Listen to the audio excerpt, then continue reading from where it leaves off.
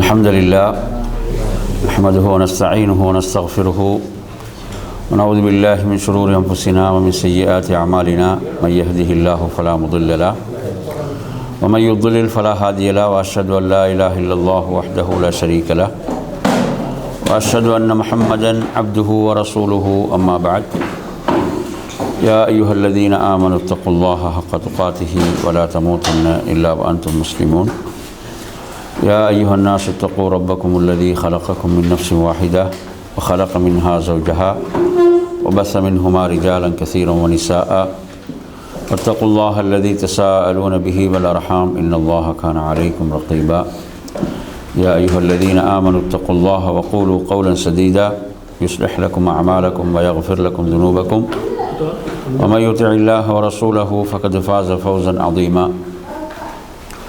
فإن أصدق الحديث كتاب الله وخير الهدي هدي محمد صلى الله عليه وسلم وشر الأمور محدثاتها وكل محدثة بدعة وكل بدعة ضلالة وكل ضلالة في النار. அன்பிற்குரிய என் அருமை சகோதரர்களே, தாய்மார்களே, சகோதரிகளே, அஸ்ஸலாமு அலைக்கும் வரஹ்மத்துல்லாஹி வபரகாத்துஹு. நமது அகீதாவுடைய பாடத்தில் இமாம் இப்னு அபி ஸைதுல் கைரவானி ரஹிமஹுல்லாஹ் அவர்களுடைய நாம் அகீதாவுடைய அந்த தொகுப்பை பார்த்து வருகின்றோம்.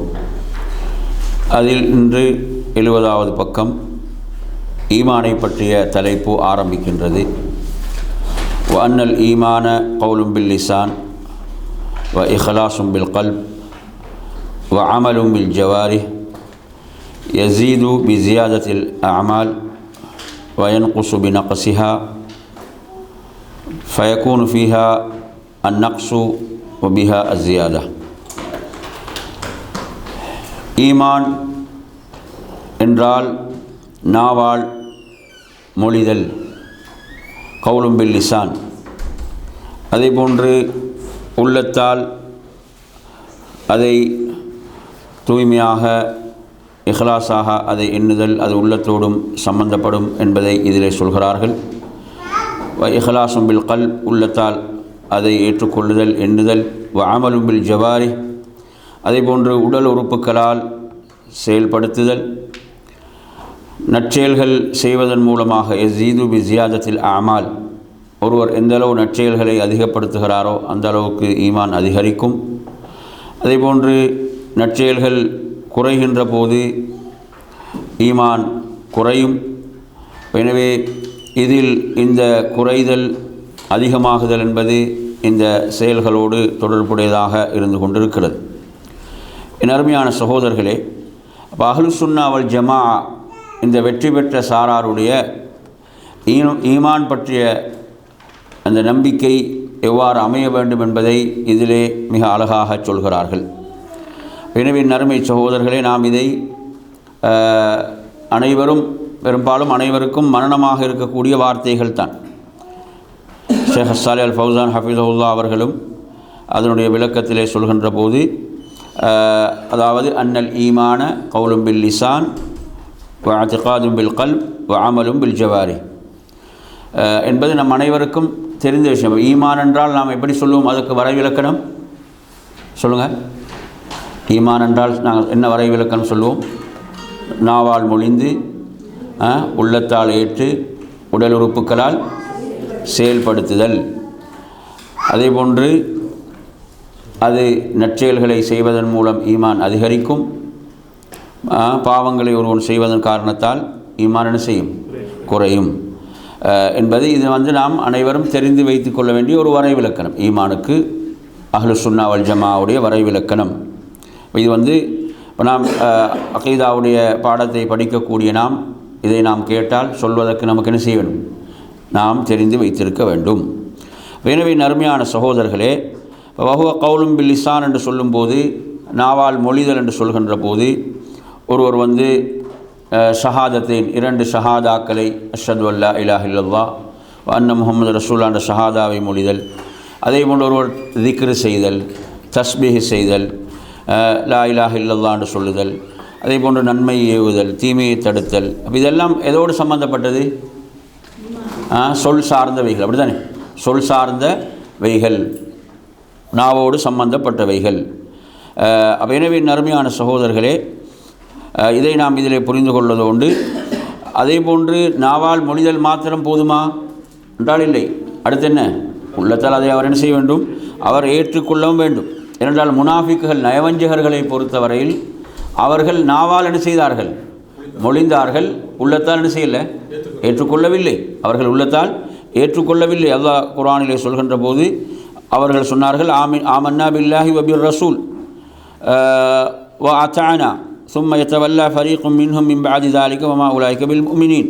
சூரத்து நூருடைய 47 வசனம். அவர்கள் சொன்னார்கள், நாம் அல்லாஹுவையும் அவனது தூதரையும் ஈமான் கொண்டோம், அவர்களுக்கு வழிபட்டோம் என்று சொல்லிவிட்டு பிறகு என்ன செய்தார்கள்? அவர்கள் ஒரு சாரார் அதை விட்டு திரும்பி சென்றார்கள். புரியுது அவங்க சொல்கிறது? அதன் பிறகு அதை விட்டு அவர்கள் திரும்பி சென்றார்கள். அவர்கள் மூமின்கள் அல்ல என்று ரப்புல் ஆலமீன் சொல்கிறான். எனவே அருமையான சகோதரர்களே, நாவால் மொழிவது மாத்திரம் என்னல்ல? ஈமான் அல்ல. எனவே அடுத்து என்ன செய்ய வேண்டியிருக்கிறது? உள்ளத்தால் அதை ஏற்றுக்கொள்ள வேண்டும். உள்ளத்தால் அதை ஏற்றுக்கொள்ள வேண்டும். அதே போன்று உள்ளத்தால் ஏற்றுக்கொண்டு அடுத்து நாம் என்ன செய்ய வேண்டும்? உடல் உறுப்புகளால் அவற்றை நாம் செயல்படுத்த வேண்டும். உடல் உறுப்புகளால் நாம் அதை என்ன செய்ய வேண்டும்? செயல்படுத்த வேண்டும் என்பதை நாம் இங்கே புரிந்து கொள்ள வேண்டும். எனவே அருமையான சோதனை, அதே போன்று உள்ளத்தோடு மாத்திரம் தொடர்புடையதும் அல்ல. ஈமான் என்பது என்ன? உள்ளத்தோடு மாத்திரம் தொடர்புடையது. செயல்களுக்கு எந்த சம்பந்தமும் கிடையாது. செயல்களால் என்ன செய்யாது? ஈமான் கூடவோ குறையவோ செய்யாதென்றாலும் அதுவும் என்ன? ஒரு வழிகட்ட ஒரு கூற்று, வழிகட்ட ஒரு கருத்து. முர்ஜியாக்கள் போன்றவர்கள் இவ்வாறான வழிகட்ட கருத்தை தான் என்ன செய்தார்கள்? முன்வைத்தார்கள் என்பதை நாம் பார்க்கின்றோம். எனவே அருமையான சகோதரர்களே, இவ்வாறாக இதிலே அவர்கள் குறிப்பிடுகின்ற போது அடுத்ததாக நாம் இதிலே பார்க்கின்றோம், அல்லாஹு தஆலா அல் குர்ஆனிலே குறிப்பிடக்கூடிய ஒரு வசனம் நிச்சயமாக நாம் அறிவோம். அவர்கள் கூறக்கூடியவைகள் உங்களை கவலைக்குள் ஆழ்த்துகிறது. ஃபைன்னஹும் லா யுகذிபூனக், அவர்கள் உம்மை பொய்யாக்கவில்லை. அந்த அநியாயக்காரர்கள் அல்லாஹ்வுடைய அத்தாட்சிகளையே மறுக்கின்றார்கள், அல்லாஹ்வுடைய வசனங்களையே மறுக்கிறார்கள் என்று ரப்புல் ஆலமீன் சொல்கிறான். எனவே அருமையான சகோதரர்களே, அதாவது உள்ளத்தால் ஏற்றுக்கொள்ள வேண்டும், நாவால் மொழிய வேண்டும், உடல் உறுப்புகளால் செயல்படுத்த வேண்டும் என்பதுதான் ஈமானாக இருந்து கொண்டிருக்கிறது என்பதை இதிலே சொல்கிறார்கள். அதே போன்று உள்ளம் சார்ந்த அமல்கள் என்று நாம் அறிவோம். உள்ளம் சார்ந்த அமல்கள், ஒரு நற்செயலை நாம் நாடுவது, அல்லாஹ்வை பற்றி நாம் நல்லெண்ணம் கொள்ளுதல், இப்படி உள்ளம் சார்ந்த அமல்கள் என்று இருக்கின்றன. அதே போன்று உடல் உறுப்புக்கள், நாம் உடலால் செய்யக்கூடிய அமல்கள் என்று நாம் எதையெல்லாம் சொல்வோம்? தொழுகையை சொல்வோம், ஜக்காத்தை சொல்வோம், ரமதானை சொல்வோம், நோன்பை சொல்வோம்.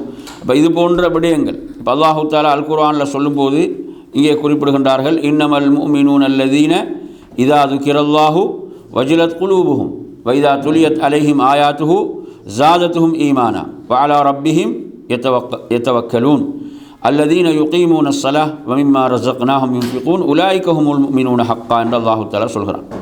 நிச்சயமாக மூமின்கள் என்றால் யார்? மூமின்கள் என்றால் யார்? இந்த வசனங்களில் சொல்லப்படக்கூடிய முதல் பண்பு என்ன? அல்லதீன இதா துக்கிரல்லாஹ் வஜிலத் குலூபுஹும். அப்போ அல்லாஹ்வை அவர்களுக்கு நினைவு கூறப்பட்டால் அவங்களுடைய உள்ளங்கள் என்ன செய்யும்? நடுங்கும், பயப்படும், உள்ளங்கள் அஞ்சும்.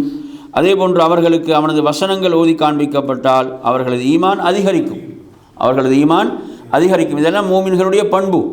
அதே போன்று அவர்கள் அல்லாஹ்வின் மீதே தவக்குல் வைப்பார்கள், அவர்கள் தொழுகையை நிலைநாட்டக்கூடியவர்களாக இருப்பார்கள், நாம் அளித்தவற்றிலிருந்து செலவு செய்பவர்களாக இருப்பார்கள். இவர்கள் தான் உண்மையான மூமின்கள். உலாயிக ஹுமுல் முஃமினூன ஹக்கா என்று ரப்புல் ஆலமீன் சொல்கிறான். அப்போ நாம் பார்க்கிறோம், இதில் அல்லாஹு தஆலா மூமின்களுடைய அந்த செயல்கள் அதுவும் எதோடு சம்பந்தப்படுது? ஈமானோடு சம்பந்தப்படுகிறது என்பதை நாம் இதிலே பார்க்கின்றோம். அதே போன்று நபி ஸல்லல்லாஹு அலைஹி வஸல்லம் அவர்கள் ஈமானை சொல்லும்போது எத்தனை கிளைகள் இருப்பதாக சொன்னாங்க? ஈமானுக்கு 70 கிளைகள் இருப்பதாக சொன்னார்கள். அதிலே மிக சிறந்தது எது? லா இலாஹ இல்லல்லாஹ் என்று கூறுவதாகும். அதே போன்று அதிலே குறைந்த படித்தரத்தில் உள்ளது பாதையில் தொல்லை தரக்கூடியவற்றை அகற்றுவது. அதே போன்று நபி அவர்கள் வெட்கத்தையும் ஈமானின் ஒரு கிளையாக குறிப்பிட்டார்கள் என்பதை இந்த ஹதீஸில் பார்க்கின்றோம். எனவே இதெல்லாம் அப்போ ஈமான் நாவோடு இதில் சம்பந்தப்படுகிறது, அதே போன்று செயலோடு சம்பந்தப்படுகிறது, அதே போன்று உள்ளத்தோடு சம்பந்தப்படுகிறது என்பதையெல்லாம் இந்த ஹதீஸ் நமக்கு கூறிக்கொண்டு இருக்கிறது. என்பதை நாம் இங்கே இதிலே புரிந்து கொள்கின்றோம். எனவே அருமையான சகோதரர்களே, இது அப்போ நாம் ஈமானை பற்றி நம்மிடம் கேட்கப்பட்டால் ஈமானுக்குரிய வரைவிலக்கணத்தை நாம் சொல்ல தெரிய வேண்டும் இல்லையா? ஈமான் என்றால் அஹ்லு சுன்னா வல் ஜமாஅவுடைய நம்பிக்கை என்ன, அதை பற்றி எவ்வாறு நமக்கு தெளிவுபடுத்தி இருக்கிறார்கள் என்பதை நாம் சொல்ல தெரிய வேண்டும். அதே போன்று இதில் நீங்கள் எடுத்தீங்கன்னா பல வழிகட்ட சாரார்கள், பல வழிகட்ட பிரிவினர்கள் இதிலே தோன்றினார்கள். இதில் நீங்கள் எடுத்து பார்த்தீங்கன்னு சொன்னால், அதாவது நாம் பார்க்கின்ற போது இன்னல் ஈமான கவுலும் பில் லிசானி ஃபகத், ஈமான் என்பது நாவால் மொழிவது மாத்திரம் என்ற இந்த வழிகட்ட கொள்கையை அல் கர்ராமியான்னு சொல்லக்கூடிய ஒரு வழிகட்ட சாரார் கொண்டிருந்தார்கள். அதே போன்று ஈமான் என்பது உள்ளத்தால் ஏற்றுக்கொள்வது, உள்ளத்தால் நம்புவது மாத்திரம் என்ற அந்த கருத்தை அஷாயிராக்கள் கொண்டிருந்தாங்க என்பதை இதிலே குறிப்பிடுகின்றார்கள். அதே போன்று அதாவது ஈமான் என்பது உள்ளத்தால் ஒருவர் ஏற்று நாவால் மொழிவது மாத்திரம்தான், அது அமல்களோடு சம்பந்தம் அல்ல, அதுக்கு அமல்களோடு எந்த தொடர்பும் இல்லை என்ற இந்த வழிகட்ட கருத்தை முர்ஜியாக்கள் முன்வைத்தார்கள் என்பதை பார்க்கின்றோம். அதே போன்று ஜஹமியாக்கள் ஈமான் என்றால் வெறுமனே அல்லாஹ்வை அறிந்து கொள்வதுதான், நம்பிக்கை கொள்வதல்ல என்ற ஒரு வழிகட்ட கொள்கையை முன்வைத்தார்கள். இப்படி பல வழிகேடுகள் இதிலே தோன்றி இருக்கின்றன என்பதை நாம் புரிந்து கொள்ள வேண்டும். இப்போ இந்த வழிகேடுகளுக்கு மத்தியில் சரியான கொள்கை எது? இந்த வழிகேடுகளுக்கு மத்தியில் சரியான கொள்கை எது? ஈமானை பற்றி சொல்லுங்க.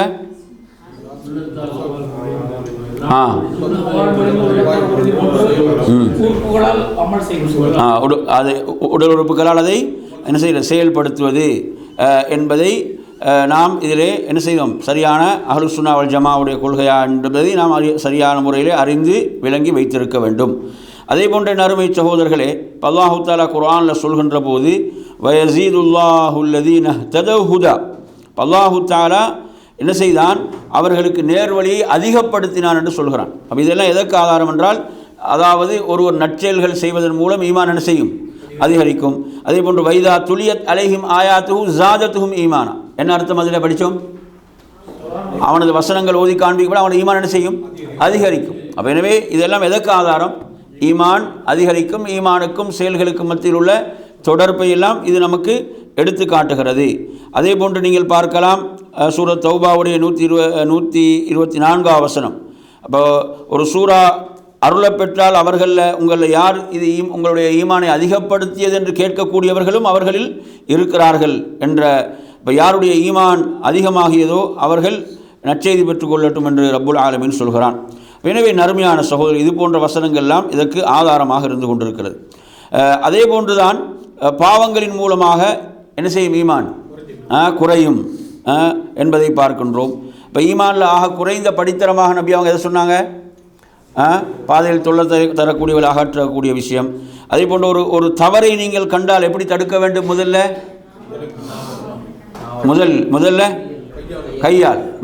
கையால் அதை தடுக்க வேண்டும், அதை தடுக்கட்டும். அதற்கு முடியவில்லை என்றால் நாவினால் தடுக்கட்டும். அதற்கு முடியவில்லை என்றால் உள்ளத்தால் அதை வெறுக்கட்டும். அது ஈமானில் மிக பலவீனமான பகுதியாக அல்லாஹ்வுடைய தூதர் செய்தார்கள்.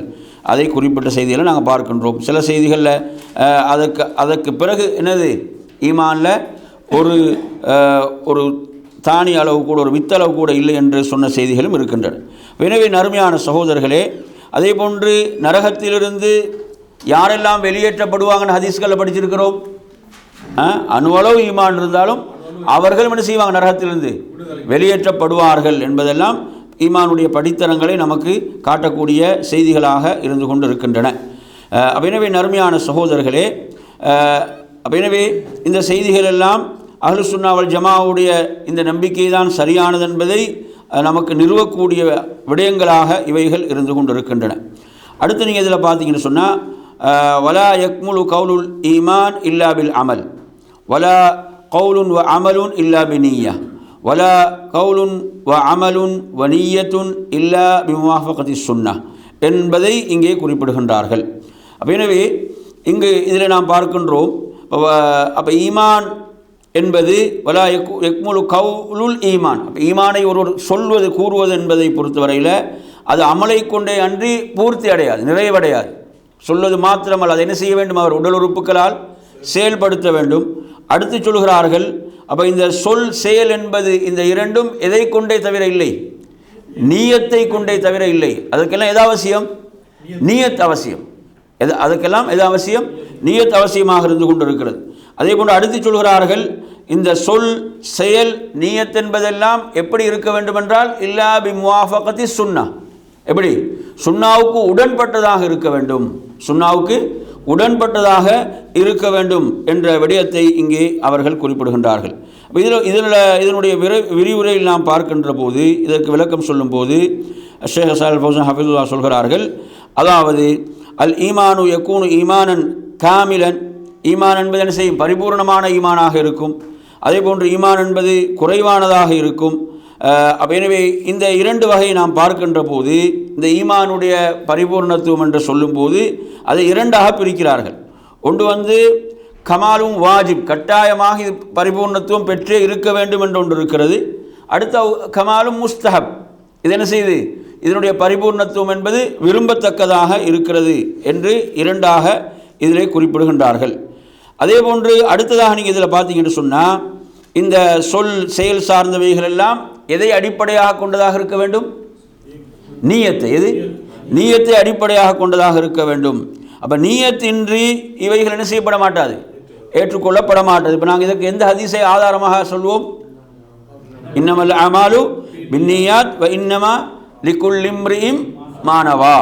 எனவே செயல்கள் அனைத்தும் எண்ணங்களின் அடிப்படையிலாகும், எண்ணங்களை கொண்டே ஆகும். ஒவ்வொரு மனிதனும் எதை எண்ணுகிறானோ அதைத்தான் அவன் என்ன செய்கிறான், அடைந்து கொள்கிறான் என்ற விடயத்தை இங்கே கொண்டு வருகிறார்கள். எனவே ஒருவர் நல்ல வார்த்தைகளை அவர் சொன்னாலும் அவர் என்ன செய்யணும்? நல்ல நீயத்தோடு என்ன செய்யணும்? அதை சொல்ல வேண்டும். அதே போன்றுதான் என் அருமையான சகோதரர்களே, இதில் கவனிக்க வேண்டிய விடயம் அடுத்ததாக சொல்கிறார்கள். இவைகள் இந்த சொல் செயல் நீயத் இவைகள் எல்லாம் எதற்கு உடன்பாடாக இருக்க வேண்டும்? உடன்பட்டதாக சுன்னாவுக்கு. எப்படி? சுன்னாவுக்கு உடன்பட்டதாக இவைகள் இருக்க வேண்டும். லாபுத்த மின் முவாஃபகத்தி சுன்னா. எனவே ஒருவர் சொல்லக்கூடிய சொல்லோ செயலோ சுன்னாவுக்கு முரணாக இருக்குமாக இருந்தால் அது என்ன செய்யப்படும்? சொல்லுங்க.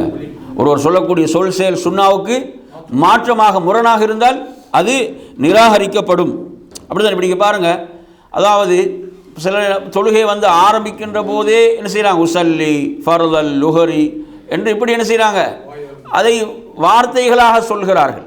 இது ஒரு பிதஅத்தான ஒரு நடைமுறை. இது அல்லாஹ்விடத்தில் ஏற்றுக்கொள்ளப்பட மாட்டாது. இது என்ன செய்யப்படும்?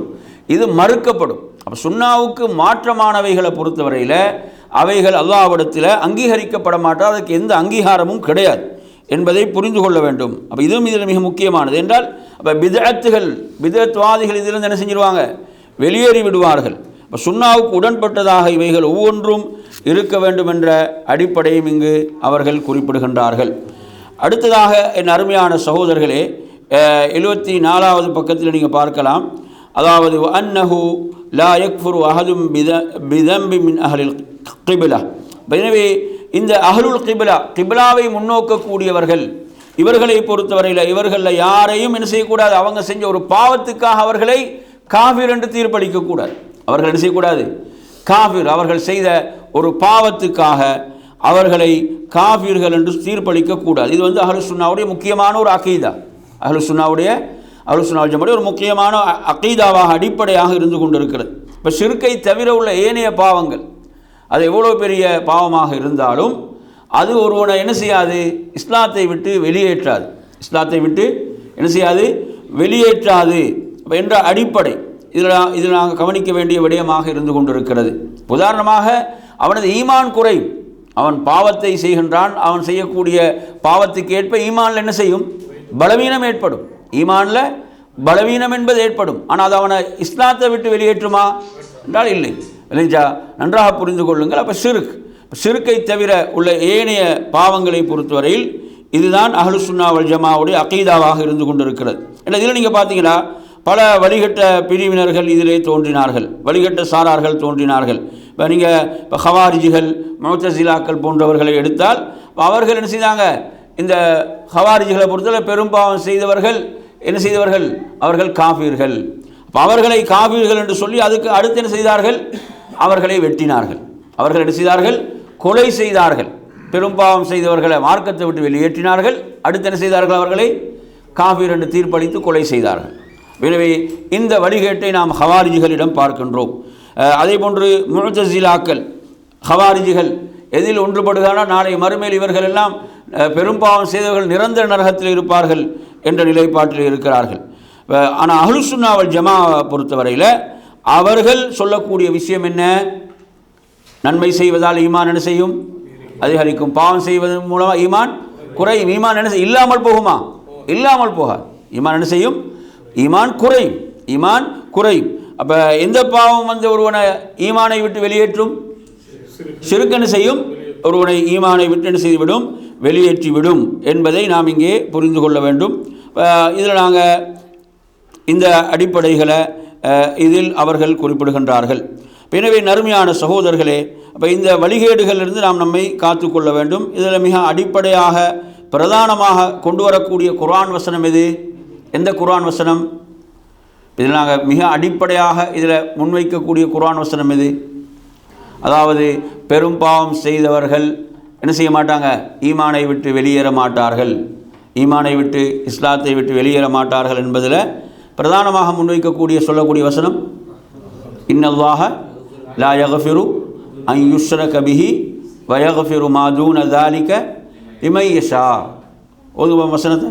இன்னல்லாஹ லா யக்ஃபிரு அன் யுஷ்ரக பிஹி வ யக்ஃபிரு மா தூன ஸாலிக லிமன் யஷா. இந்த வசனம் எங்களுக்கு மரணமாக இருக்க வேண்டிய ஒரு முக்கியமான வசனம், முக்கியமான ஒரு வசனம், இல்லை மிகவும் ஆதாரத்துக்கு தேவைப்படுகின்ற ஒரு வசனம். அப்போ இந்த வசனம் சூரத்து நிசாவுடைய 48வது வசனம். அதை இங்கு அவர்கள் குறிப்பிடுகின்றார்கள். நிச்சயமாக அல்லாஹ் ஷிர்க்கை என்ன செய்ய மாட்டான்? மன்னிக்க மாட்டான். ஷிர்க்கை அல்லாஹ் மன்னிக்க மாட்டான். அப்போ ஷிர்க்குக்கு மன்னிப்பு உலகத்தில் கிடையாதா? உலகத்தில் இருக்குதா இல்லையா? உலகத்தில் எப்படி கிடைக்கும்? அதுக்கு அவர் தௌபா செய்வதன் மூலமாக உலகத்தில் என்ன இருக்குது? மன்னிப்பு இருக்குது. அப்போ இங்கே மன்னிப்பு இல்லைன்னா என்ன எப்படி புரிந்து கொள்ள வேண்டும்? அதாவது ஒருவர் இந்த பாவத்தை ஷிர்க்க செய்து அதற்கு தௌபா செய்யாமல் என்ன செய்கிறார்? மரணிக்கிறார் என்றால் அவருக்கு மறுமையில் என்ன கிடையாது? அவருக்கு மன்னிப்பு கிடையாது. இப்போ வயக்ஃபிரு மா தூன ஸாலிக லிமன் யஷா. இது அல்லாத ஏனைய பாவங்கள் இருக்குதா இல்லையா? இது அல்லாதவைகள் அதை அல்லாஹ் நாடியவர்களுக்கு என்ன செய்வான்? மன்னிப்பான். அப்போ அது எதில் இருக்கிறது? அல்லாஹுடைய நாட்டத்தில் இருக்கிறது. அது எதில் இருக்குது? அல்லாஹுடைய நாட்டத்தில் அது இருக்கிறது. அது அல்லாஹ் நாடினால் மன்னிப்பான், நாடினால் அல்லாஹ் என்ன செய்வான்? தண்டிப்பான். அல்லாஹ் நாடினால் என்ன செய்வான்? மன்னிப்பான், நாடினால் தண்டிப்பான். அப்போ அந்த தண்டனையை பெற்ற பிறகு அவர்கள் என்ன செய்வார்கள்? அவர்கள் நரகத்திலிருந்து வெளியேற்றப்பட்டு சொர்க்கத்தில் நுழைவார்கள். ஷிர்க் அல்லாத ஏனைய பாவங்கள் என்பதை நாம் இதிலே புரிந்து கொள்ள வேண்டும். எனவே நறுமையான சகோதரர்களே, அதே போன்று இந்த செய்திகளோடு சேர்த்து அடுத்ததாக நீங்கள் இதில் பார்த்தீங்கன்னு சொன்னால் வான்ன சுஹதா அஹ்யாஉன் இந்த ரப்பிஹிம் யுர்ஸகுன். இப்போ இதில் தொழுகை சம்மந்தப்பட்ட ஒரு விஷயத்தையும் கொண்டு வரார். அதில் ஒரு கருத்து வேறுபாடு இருக்கிறது. தொழுகையை ஒருத்தர் ஒரு வேணுமென்று விட்டால் காஃபிராகி விட்டான் என்ற செய்தி இருக்கிறது. ஆனால் அந்த குஃபுர் என்பது அதில் என்ன செய்து ஒரு கருத்து வேறுபாடு இருக்கத்தான் செய்கிறது. இப்போ நாங்கள் அந்த தலைப்புக்குள் நுழைகளில் அன்ன சுஹதா அஹ்யாஉன் இந்த ரப்பிஹிம் யுர்ஸகுன். அடுத்ததாக இதில் சொல்கிறார், இப்போ சுஹதாக்களை பொறுத்தவரையில் அவர்களுடைய ரப்பிடம் உயிரோடு இருக்கிறார்கள். யுர்ஸகூன், அவர்கள் உணவளிக்கப்படுகிறார்கள். அப்போ இது நாங்கள் எமது நம்பிக்கையில் உள்ள ஒரு விஷயத்தை கொண்டு வர, நமது அஹ்லுஸ் சுன்னா வல் ஜமாவுடைய நம்பிக்கையில் உள்ள ஒரு விஷயத்தை இங்கே சொல்கிறார்கள். இப்போ சுஹதாக்கள் என்பவர்களை பொறுத்தவரையில் அவங்க விளக்கத்தில் சொல்லும் போது வஹுமுல்லதீன குத்திலு ஃபீ ஸபீலில்லாஹ் லிஇலாஇ கலிமத்தில்லாஹ். எனவே இவங்க தான் அல்லாஹுடைய பாதையில் கொல்லப்பட்டவர்கள். எதற்காக கொல்லப்பட்டாங்க? அல்லாஹுடைய மார்க்கத்தை மேலோங்க செய்வதற்காக, அல்லாஹுடைய கலிமாவை மேலோங்க செய்வதற்காக இவர்கள் தங்களுடைய உயிர்களை என்ன செய்தார்கள்? அர்ப்பணித்தார்கள். அப்போ எனவே இவர்கள் அல்லாஹ்விடத்தில் எப்படி இருக்கிறார்கள் என்று சொன்னால் இவர்கள் உயிரோடு இருக்கிறார்கள். இப்போ குர்ஆனில் அல்லாஹு தஆலா சொல்கிறான், ஆல் இம்ரானில் 169 வசனம், வலா தஹ்ஸபன்னல்லதீன குத்திலு ஃபீ ஸபீலில்லாஹ் அம்வாதன் பல் அஹ்யாஉன் இன்த ரப்பிஹிம் யுர்ஸகூன். எனவே அல்லாஹுடைய வழியில் கொல்லப்பட்டவர்களை நீங்கள் மரணித்தவர்கள் என்று நினைக்காதீர்கள், அவர்கள் ரப்பிடத்திலே உயிரோடு இருக்கிறார்கள், உணவளிக்கப்படுகிறார்கள் என்று ரப்புல் ஆலமீன் சொல்கிறான். இது அதே போன்று சூரத்துல் பக்கரா 154 வசனத்தை எடுத்தீங்கன்னா வலா தக்கூலு லிமன் யுக்தல் ஃபீ ஸபீலில்லாஹி அம்வாத் பல் அஹ்யாஉன் வலாக்கின் லா தஷ்உரூன். அல்லாஹ்வுடைய வழியிலே கொல்லப்பட்டவர்கள் நீங்கள் மரணித்தவர்கள் என்று சொல்லாதீர்கள், அவர்கள் உயிரோடு இருக்கிறார்கள், அதை நீங்கள் உணர மாட்டீர்கள். எனவே அருமையான சகோதரர்களே, இப்போ இந்த இடத்தில் நாம் கவனிக்க வேண்டிய விஷயம் என்னவென்று சொன்னால், அதாவது அவர்கள் உயிரோடு இருக்கிறாங்க என்று சொன்னால் இதை எப்படி இன்று இந்த கபர் வணங்கிகள் ஒரு தவறான என்ன செய்து மக்களை வழிகெடுப்பதற்காக சொல்லக்கூடிய அமைப்பில் இதை அப்படி புரிந்து கொள்ளக்கூடிய அந்த வசனங்களுக்கு அல்லாஹ்வுடைய தூதர் விளக்கம் அளித்தார்கள். அல்லாஹ்வுடைய தூதர் இந்த வசனங்களுக்கு என்ன செஞ்சாங்க? விளக்கம் அளித்தார்கள். புரியுது அவங்க சொல்கிறது? இவங்க கொல்லப்பட்டாங்கன்னா உலக ரீதியான சட்டங்கள் எல்லாம் அவங்க விஷயத்தில் நடைமுறைப்படுத்தப்பட்டுச்சா இல்லையா? அவங்களோட மனைவி மாதிரி இதாக இருந்தாங்க, அவங்களோட சொத்துக்கள் என்ன செய்யப்பட்டது? பிரித்து கொடுக்கப்பட்டுச்சு. அந்த சட்டங்களை நாங்கள் எல்லாம் உலக ரீதியாக எல்லாம் நிறைவேற்றப்படுகிறது. புரியுது அவங்க சொல்கிறது? அப்போ இவங்களுக்கு இதில் என்ன செய்யப்படுது? இவர்களுக்கு சிறப்பு, அல்லாஹ்விடத்தில் இவங்களுக்குள்ள உயர்வு இதில் சொல்லப்படுகிறது. அல்லாஹ்விடத்தில் இவங்க எவ்வளோ சிறப்போடு உயர்வோடு இருக்கிறாங்க. எனவே ரசூலுல்லாஹ் சொல்கிறாங்க, ஒரு பறவைக்குள் என்ன செய்யப்படுது? பறவையுடைய வடிவத்தை அவங்களோட உயிர்கள் அதிலே புகுத்தப்பட்டு பறவைகளை போனால் அவங்க என்ன செய்கிறாங்க? சொர்க்கத்தில் அவர்கள் திரிந்து கொண்டு இருக்கிறாங்க என்ற ஹதீஸ்கள் ரசூலுல்லாஹ் இந்த குர்ஆன் வசனங்களுக்கு விளக்கம் சொல்கிறார்கள். இது இந்த கபர் வணங்கிகளுக்கு எந்த ஆதாரம் இதில் கிடையாது. இதை நாங்கள் நன்றாக புரிந்து கொள்ளவும் வேண்டும். அப்போ எனவே நறுமையான சகோதரர்களே, அப்போ நாம் இன்றைய பாடத்தை இந்த இடத்தோடு நாங்கள் நிறுத்திக்கொள்வோம் இன்ஷா அல்லாஹ். இன்றைய பாடத்தில் நாம் படித்த விடயங்கள் திரும்ப ஒரு சிறிய மீட்டல். அந்த மீட்டலில் கொஞ்சம் சொல்லுங்கள் பாப்போம். இன்றைக்கி நாங்கள் படித்ததில் என்ன எழுதி கொண்டீங்க, என்ன குறிப்பெடுத்தீங்க? ஈமானுக்குரிய வரை விளக்கணத்தை கேட்டால் எப்படி சொல்லுவீங்க?